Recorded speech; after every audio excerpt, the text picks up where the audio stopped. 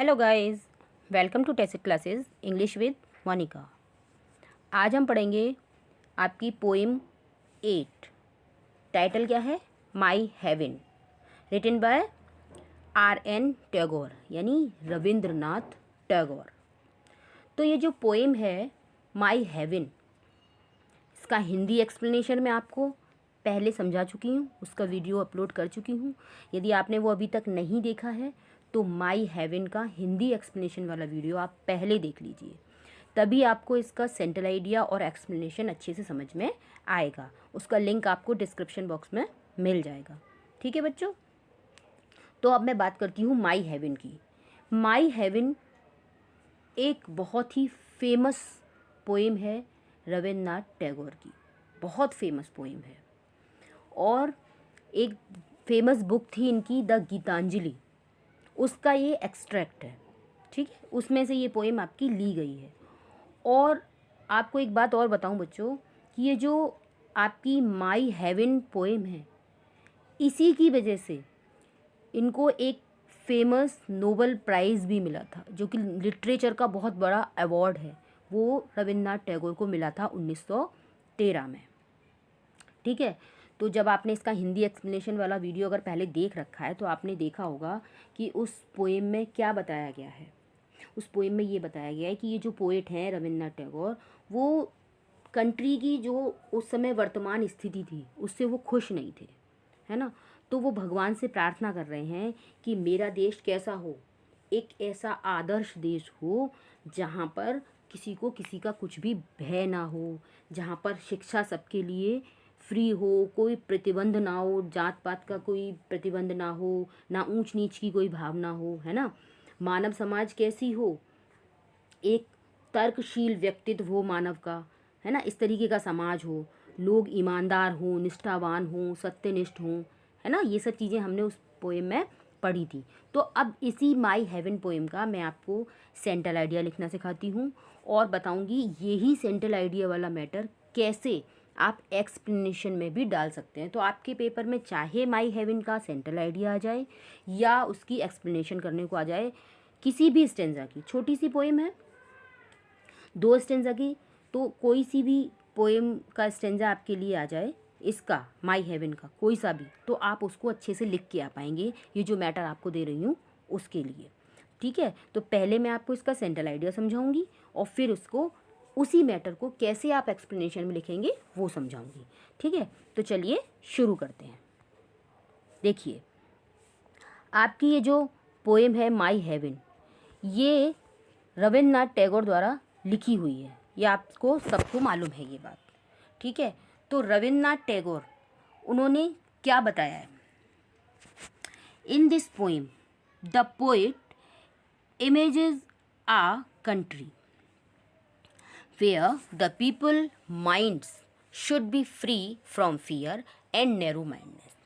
तो इस पोइम में जो हमारे पोइट हैं रविन्द्रनाथ टैगोर, उन्होंने क्या बताया है कि मेरा देश कैसा हो, मेरा देश ऐसा हो जहाँ पर लोगों का जो मन है वो कैसा हो, फ्री हो, स्वतंत्र हो, वो डर से बिल्कुल दूर हो, उन्हें डर ना हो किसी भी चीज़ का, और उनकी विचारधारा कैसी हो, संकीर्ण ना हो, नैरो माइंडनेस से वो दूर रहे। ठीक है, वेयर नॉलेज इज़ फ्री, जहाँ पर ज्ञान कैसा हो, फ्री हो, है ना, कोई प्रतिबंध ना हो। फ्री से मतलब यहाँ पैसों से फ्री से ही मतलब नहीं है, उसके प्रतिबंध से भी मतलब है। ठीक है, तो उस पर कोई भी प्रतिबंध ना हो, कोई जात पात, कोई धर्म, किसी का भी कोई प्रतिबंध ना हो, ऐसा ज्ञान होना चाहिए। Where human society is not divided on the basis of caste, race और लैंग्वेज, जहाँ पर जो मानव समाज है, ह्यूमन सोसाइटी है, वो बटा हुआ ना हो, किसके आधार पर, कास्ट के आधार पर, रंग भेद के आधार पर या भाषाओं के आधार पर बटा हुआ नहीं होना चाहिए। ठीक है, they should not be conservative, उन लोगों को कंजर्वेटिव नहीं होना चाहिए, यानी रूढ़िवादी नहीं होना चाहिए। ठीक है, ऐसा नहीं कि एक रूढ़ी चलती चली आ रही है, बस उसी को माने चले जा रहे हैं, चाहे वो गलत है चाहे सही है, ऐसा नहीं होना चाहिए लोगों को।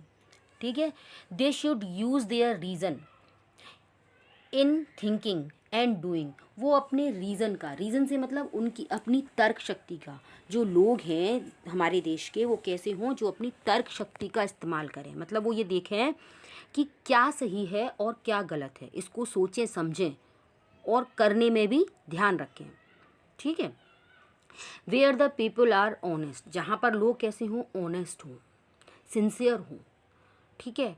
सिंसियर से मतलब उनको अपनी जिम्मेदारियों का एहसास होना चाहिए, जिम्मेदार होने चाहिए, ट्रुथफुल, सत्यवादी होने चाहिए, एंड हार्ड वर्किंग, और परिश्रमी होना चाहिए लोगों को, है ना। And where the guidance of God help their principle of life, और वहाँ पर जब ऐसे लोग होंगे तो वहाँ पर क्या होगा, भगवान का जो मार्गदर्शन है उससे उनकी लाइफ के जो सिद्धांत हैं वो और आगे अच्छे बढ़ेंगे। Then over country will be having on earth, और जब ऐसा होगा तो पूरी कंट्री कैसी हो जाएगी, जैसे कि धरती पर ही कोई स्वर्ग हो। Here the poet wishes for all sided development of his country, यहाँ पर पोइट ने क्या विश की है, पोइट ने ऐसी कामना करी है, ऐसी इच्छा रखी है कि मेरे देश का चौतरफा विकास हो, यानी सब तरफ से विकास हो, ऑल साइडेड डेवलपमेंट हो, इस तरीके की मेरी कंट्री हो। और तो ऐसी कंट्री होगी तो वो कैसी होगी, वो स्वर्ग जैसी होगी। इसीलिए ये टाइटल उन्होंने क्या दिया है, माई हेवन। तो छोटी सी पोएम है बच्चों, इसलिए इसका सेंट्रल आइडिया भी ज़्यादा बड़ा नहीं है, आपको अच्छे से याद हो जाएगा। और लैंग्वेज भी बहुत इजी रखी है मैंने इसमें, जिससे आपको अच्छे से याद हो जाए। अब ये ही सेंट्रल आइडिया का जो मैटर है, अब हम इसको एक्सप्लेनेशन के फ्रेम में डालेंगे और आपको समझाऊंगी कि एक्सप्लेनेशन लिखनी कैसे है। ठीक है।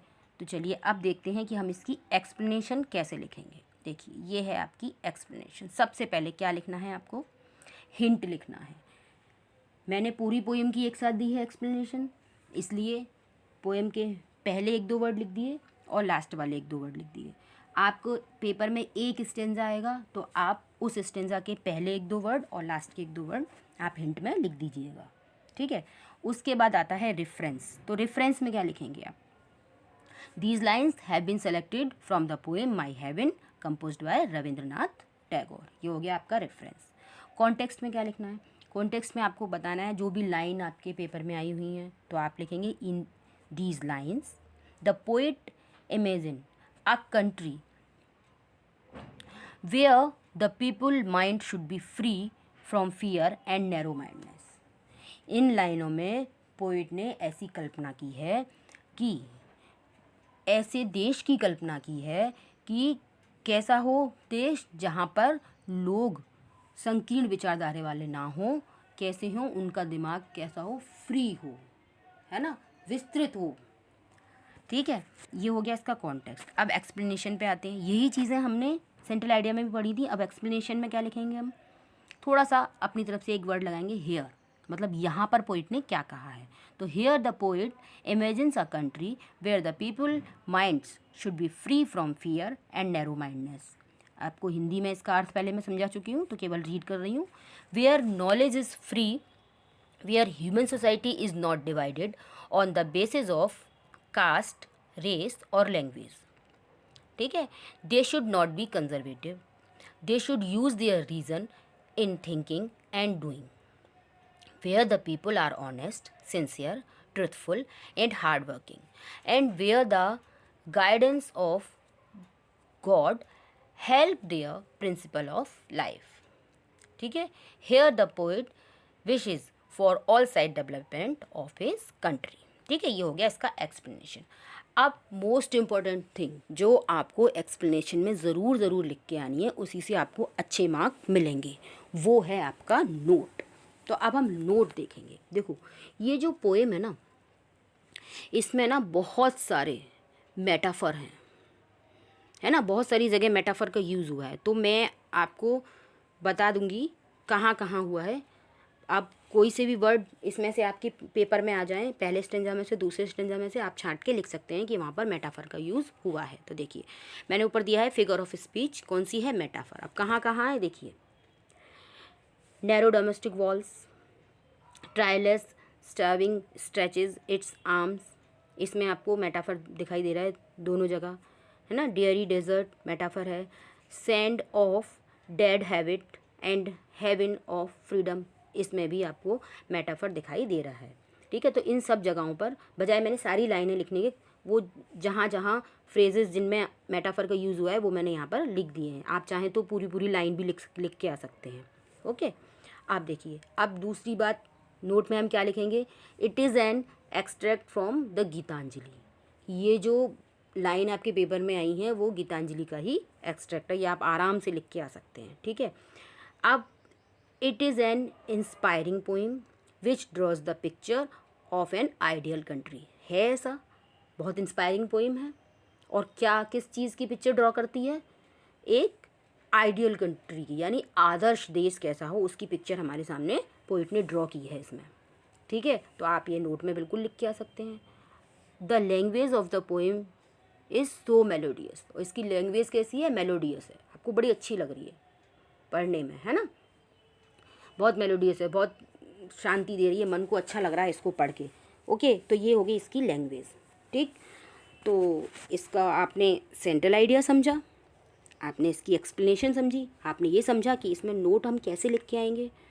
तो बच्चों ये चीज़ें आपको याद करनी पड़ेंगी, तो आप अच्छे से इसको याद कीजिए, समझिए और पेपर में लिख के आइए। और आपको कुछ समझ में नहीं आता है तो आप कमेंट करके मुझसे पूछ सकते हैं। तो बच्चों आपको ऐसे ही और वीडियोस चाहिए, एक्सप्लेनेशन के, प्रोज़ के भी चाहिए, तो आप मुझे कमेंट करके बताइए। और मेरे इस वीडियो को लाइक कीजिए, अपने दोस्तों के साथ शेयर कीजिए और मेरे चैनल को सब्सक्राइब कीजिए ताकि आने वाली वीडियोस की नोटिफिकेशन आपको टाइम पर मिल सके। Thank you for watching.